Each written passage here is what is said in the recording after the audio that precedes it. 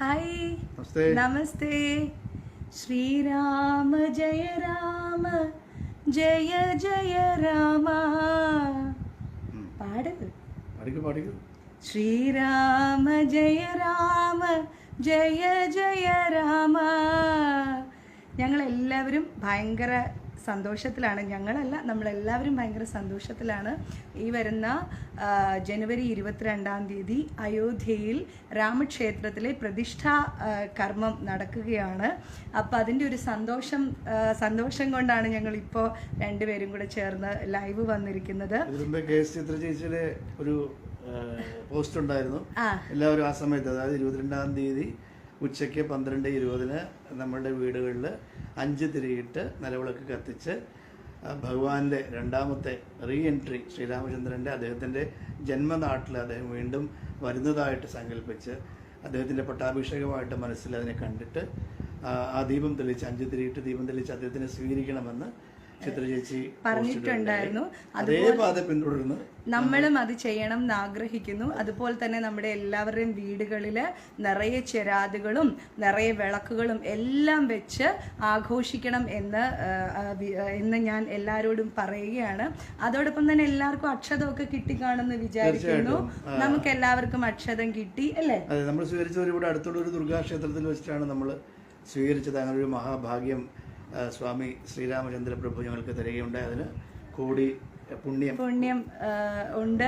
പുണ്യം അവർക്കും ഉണ്ടാവട്ടെ. അപ്പം ഞങ്ങളും പുണ്യം ചെയ്തവരായതുകൊണ്ടാണ് നമ്മളെല്ലാവരും പുണ്യം ചെയ്തവരാണ്. അതുകൊണ്ട് നമുക്കത് കിട്ടാത്തവരുണ്ടെങ്കിൽ അടുത്ത ക്ഷേത്രങ്ങളിൽ നിങ്ങൾ പറഞ്ഞാൽ മാത്രം മതി. സംഘപ്രവർത്തകർ തീർച്ചയായിട്ടും നിങ്ങൾക്ക് അക്ഷതം എത്തിക്കും. അക്ഷതം പവിത്രമായിട്ട് കരുതി പൂജാമുറിയിൽ സൂക്ഷിക്കുക.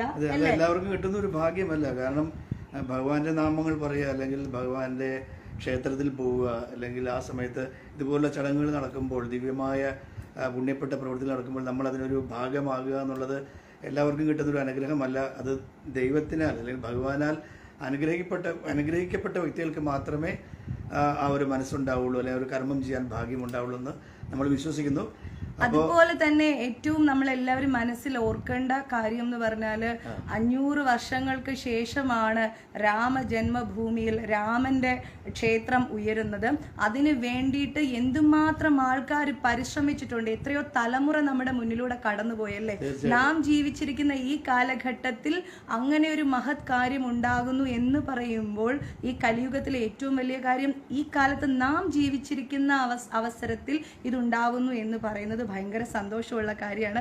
അതോടൊപ്പം തന്നെ മറ്റൊരു കാര്യം കൂടി ഞങ്ങൾക്ക് ഇരട്ടി മധുരമായിട്ട് വന്നിട്ടുണ്ട്. നമ്മുടെ ഭാരതീയ സംസ്കാരം തന്നെ വിശ്വാസങ്ങളെ, അത് ഏതുതരം വിശ്വാസമാണെങ്കിലും ജാതി ഭേദ മതദ്വേഷങ്ങളൊന്നുമില്ലാതെ ആ വിശ്വാസത്തെ മുറുകെ പിടിച്ചുകൊണ്ട് പോകുന്ന ഒരു സംസ്കാരമാണ് നമ്മുടെ രാജ്യത്തിനുള്ളത്.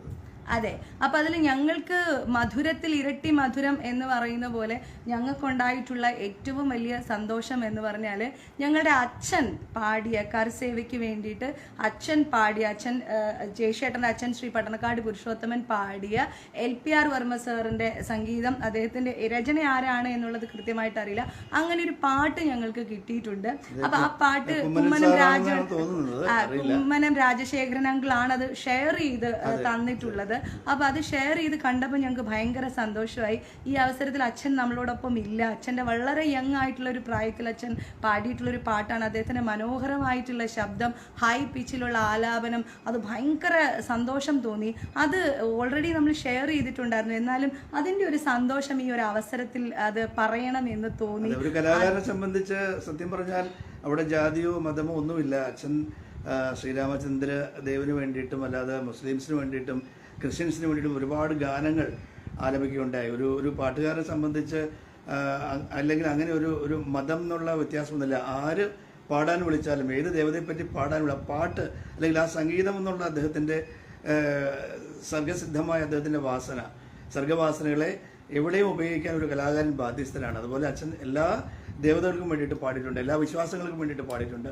അതിൽ നമ്മുടെ ശ്രീരാമചന്ദ്ര പ്രഭുവിനെ പറ്റിയിട്ട് അച്ഛൻ പാടിയിട്ടുള്ള ഒരു പാടി ഹിറ്റായിട്ടുള്ള അയോധ്യയെക്കുറിച്ച്, എസ്പെഷ്യലി അയോധ്യയെക്കുറിച്ചും മധുരയിലെ കൃഷ്ണനെക്കുറിച്ചും കാശിയിലെ ശിവഭഗവാനെക്കുറിച്ചും ചേർത്തിട്ടുള്ള എന്താണ് നമ്മുടെ ഇന്ത്യൻ സംസ്കാരത്തിൽ അവരുടെ ക്ഷേത്രങ്ങളെ എങ്ങനെയാണ് അടയാളപ്പെടുത്തുന്നതെന്ന് തുടങ്ങുന്ന ഒരു പാട്ടാണ്. ഈ ആൽബത്തിൽ ഒരു 10-12 പാട്ടുകളുണ്ട്. അതിൽ ഹിറ്റായിട്ടുള്ള ഒരു പാട്ടാണ് ഇപ്പോൾ. എല്ലാ പാട്ടുകളും ഹിറ്റാണ്, അല്ലെങ്കിൽ അതിലൊരു ഹിറ്റ് സോങ് ശ്രീരാമചന്ദ്രദേവനെ കുറിച്ച് അച്ഛൻ പാടിയിട്ടുള്ള ആ ഒരു സോങ് ഇപ്പോൾ നമുക്ക് വീണ്ടും അത് കിട്ടാനായിട്ടുള്ള ഫേസ്ബുക്ക് വഴി അത് കിട്ടാനുള്ള ഒരു ഭാഗ്യമുണ്ടായി. അത് കുമ്മനം സാറ് നമുക്ക് അയച്ചു തരികയുണ്ടായി. അത് നിങ്ങൾക്ക് വേണ്ടിയിട്ട് ഈ അവസരത്തിൽ, ഈ സുവർണാവസരത്തിൽ, ഈ പുണ്യപ്പെട്ട ദിവസത്തിലേക്ക് നമ്മൾ പോയിക്കൊണ്ടിരിക്കുന്ന ഈ സന്ദർഭത്തിൽ അതൊന്ന് വെച്ച് തരാം, കേൾപ്പിക്കാൻ പോവാണ്. അയോധ്യ ശ്രീരാമ ജന്മഭൂമി, ശ്രീമധുര ശ്രീകൃഷ്ണ ജന്മഭൂമി, ശ്രീകാശി ശിവതീർത്ഥ പുണ്യഭൂമി, ആ ഭൂവിൽ മുക്തി സമര ജ്വാല പൊങ്ങുന്നു, ജ്വാല പൊങ്ങുന്നു.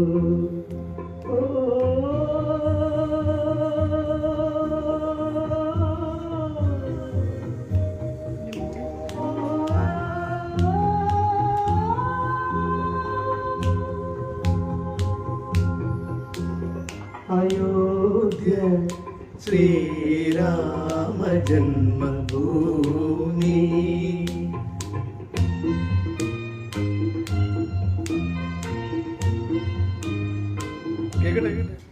അപ്പോ ഇതാണ് ആ പാട്ട്. മോള് സ്കൂളിൽ നിന്ന് വരാനൊക്കെ സമയമായിട്ടുണ്ട്. എന്നാലും അപ്പൊ എന്താണെങ്കിലും ഈ പാട്ട് പേജിലും എല്ലാം ഷെയർ ചെയ്യുന്നുണ്ട്. എല്ലാവരും ഇത് കേൾക്കണം. അപ്പോൾ മൺമറഞ്ഞു പോയ ഒരു തലമുറയുടെ എന്താ പറയാ ആഗ്രഹവും അഭിമാനവും ഒക്കെയാണ് ഇവിടെ സാധ്യമാകുന്നത്. തീർച്ചയായിട്ടും ഞങ്ങളുടെ അച്ഛന്റെ ആത്മാവും അതുപോലെ മൺമറഞ്ഞു പോയ തലമുറകളുടെ ആത്മാവും എല്ലാം ഈ ഒരു അവസരത്തിൽ സന്തോഷിക്കുന്നുണ്ടാവും എന്ന് അറിയാം. ഒരു ചടങ്ങ് നടക്കാനിരിക്കെ ഞങ്ങൾക്ക് ഒരു സങ്കടം ബാക്കിയാണ്. കാരണം ഇങ്ങനെയുള്ള ഗാനങ്ങൾ പാടി ഏറെ ഞങ്ങളിലൊക്കെ ഭക്തി നിറച്ച ഞങ്ങളുടെ അച്ഛൻ, ചെറുപ്പം മുതലേ ഞങ്ങളിലൊക്കെ ഭക്തി എന്താണെന്ന് പഠിപ്പിച്ച, അല്ലെങ്കിൽ ദൈവവിശ്വാസം നമ്മൾ കൊണ്ടു നടക്കേണ്ടതിൻ്റെ ആവശ്യം എന്താണെന്ന് നമ്മളെ പഠിപ്പിച്ചു തന്ന നമ്മുടെ അച്ഛൻ കൂടെ ഇല്ലാത്തതിൻ്റെ ഒരു വിഷമം, ഒരു കണ്ണുനീരായി കണ്ണിലുണ്ട്. ഏതായാലും ഭഗവാന്റെ പാദത്തിൽ അച്ഛൻ ഉണ്ട് എന്നുള്ള വിശ്വാസത്തോടു കൂടിയാണ് നമ്മളെ സംബന്ധിച്ച് ആ ദൈവം ഈ ദൈവം എന്നല്ല, എല്ലാ മതവും എല്ലാ സംസ്കാരവും ഇവിടെ വേണം എന്ന് നമ്മൾ ആഗ്രഹിക്കുന്നുണ്ട്. എല്ലാ ദൈവങ്ങളും നമുക്ക് പ്രിയപ്പെട്ടത് തന്നെയാണ്. പ്രത്യേകിച്ച് കലാകാരന്മാരെ സംബന്ധിച്ചിടത്തോളം അത് നല്ലത്, ഇത് നല്ലത്, ഇത് ശരി തെറ്റ് എന്നുള്ളതല്ല. പള്ളിയുടെ ഒരു നടന്നുകൊണ്ടിരിക്കുകയാണ്. അത് പൂർത്തിയാകുമ്പോൾ നമ്മൾ അങ്ങനെ അവർക്ക് വേണ്ടിയിട്ടുള്ള ഒരു ഗാനം കൂടി നമ്മൾ വെക്കും, തീർച്ചയായിട്ടും വെക്കും. പിന്നെ നമ്മളെ സംബന്ധിച്ച് എല്ലാത്തരം വിശ്വാസങ്ങളെയും, അതായത് ഇപ്പം നമ്മുടെ വിശ്വാസം മുറുകെ പറയുമ്പോൾ എന്തിനാണ് ഒരു വിഭാഗം ആൾക്കാർ ഇത്ര തെറി വിളിക്കുന്നത്, അതിൽ ഇത്ര വേദനിക്കുന്നതെന്ന് നമുക്ക് മനസ്സിലാവുന്നില്ല. നമ്മളെ സംബന്ധിച്ച് എല്ലാ വിശ്വാസവും ഒരുപോലെ തന്നെയാണ്, അല്ലേ? ശ്രീരാമ ജന്മഭൂമിയിൽ ശ്രീരാമക്ഷേത്രം തന്നെ ആയിരുന്നു എന്നുള്ളത് ആർക്കിയോളജി ഡിപ്പാർട്ട്മെന്റിന്റെ പഠനങ്ങൾ വന്നതിന്റെ അടിസ്ഥാനത്തിൽ തന്നെയാണ് കോടതി അവിടെ ക്ഷേത്രം പണിയാനായിട്ട് പറഞ്ഞിരിക്കുന്നത്. അല്ലാണ്ട് കേവലം സംഖ്യകളുടെ മാത്രം തീരുമാനമൊന്നുമല്ല. അതുകൊണ്ട് അതിനെ അക്സെപ്റ്റ് ചെയ്യുക എന്നുള്ളത് മാത്രമേ ഉള്ളൂ. അപ്പോൾ എന്താണെങ്കിലും ഒരു കാര്യം ചെയ്യൂ, ആ പാട്ട് മുഴുവൻ കേൾക്കാൻ താല്പര്യമുണ്ടെന്നാണ് കമന്റ്സ് വരുന്നത്. ലക്ഷ്മി അപ്പോൾ നമ്മുടെ കുട്ടിയെ ഇപ്പോൾ സ്കൂളിൽ നിന്ന് വരാൻ സമയമായി, അതുകൊണ്ടാണ് ലക്ഷ്മി അത് പാട്ട് പോസ് ചെയ്തത്. എന്തായാലും ഞാൻ ആ പാട്ട് ഫുള്ള് ഞാൻ കേൾപ്പിക്കാം. അപ്പോൾ ലക്ഷ്മി പോയി താഴെ പോയി മോളെ വിളിച്ചോണ്ട് വരും, ആ പാട്ട് പ്ലേ ചെയ്തിട്ട് പോകും. അപ്പൊ എന്താണെങ്കിലും വീട്ടില് എല്ലാവരും ശ്രീരാമ ജയ രാമ, അതെ, ശ്രീരാമ ജയ രാമ ജയ ജയ രാമ എന്നാണ് ആ നാമമാണ് വിളക്ക് തെളിയിക്കുമ്പോൾ 5 തിരിയിട്ട് വിളക്ക് വെക്കുമ്പോൾ നിങ്ങൾ ജപിക്കേണ്ട മന്ത്രം. അപ്പൊ ഞാൻ ശരിക്കും പാടുന്ന എന്താണെന്നറിയാമോ, ഞാൻ പാട്ടുകാരിയല്ല, അതെന്റെ എല്ലാവർക്കും അറിയുന്ന കാര്യമാണ്. ജയശേട്ടനെ കൊണ്ട് ആ പാട്ടൊന്ന് കേൾക്കാൻ വേണ്ടിട്ട്, പാട്ടല്ല മഹാമന്ത്രം, അത് കേൾക്കാൻ വേണ്ടിട്ടാണ്. ശ്രീരാമ ജയ രാമ ജയ ജയ രാമ, പാടിക്കേ. ശ്രീരാമ ജയ രാമ ജയ ജയ രാമ. കണ്ടോ, ഇതെല്ലാം പാട്ടൊന്ന് കംപ്ലീറ്റ് വെച്ചു കൊടുക്കാം. ഓക്കെ, അപ്പൊ ലൈവ് നീണ്ടുപോകും. ഇല്ല കുഴപ്പമില്ല, കേക്കട്ടെ. ഞാൻ മോളെ വിളിക്കാൻ പോയിക്കോ. ഞങ്ങൾ ഈ പാട്ടൊക്കെ ഇട്ട് അങ്ങനെ ഇരിക്കാം അല്ലേ കുറച്ചു നേരം? ഇല്ല ഏട്ടാ, ഇത്രയുണ്ട്, കുഴപ്പമില്ല, കുറച്ചു നേരം. അടുത്തൊരു സ്റ്റാൻസോട് കേട്ടിട്ട് ഞാനിവിടെ ഇരിക്കാം, സമയമാവണേ ഉള്ളൂ.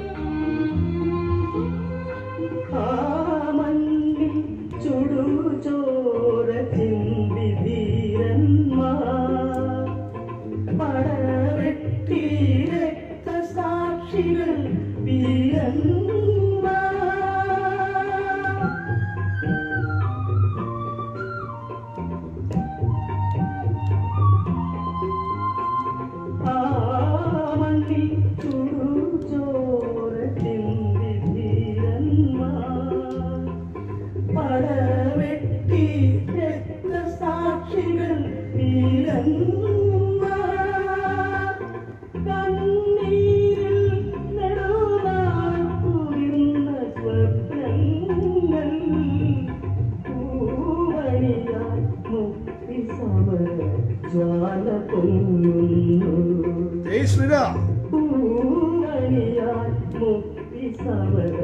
ജ്വാല പൊങ്ങുന്നു.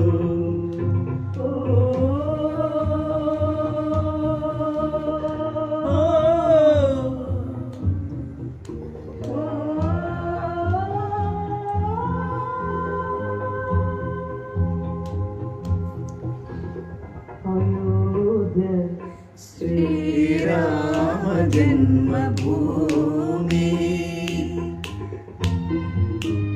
ചാച്ചാ, എല്ലാവർക്കും ഭഗവാൻ ശ്രീരാമചന്ദ്ര ദേവന്റെ അനുഗ്രഹം ഉണ്ടാവട്ടെ. എല്ലാ വീട്ടിലും സ്വാമിയുടെ ആ ദീപം തെളിയട്ടെ എന്ന് ആശംസിക്കുന്നു.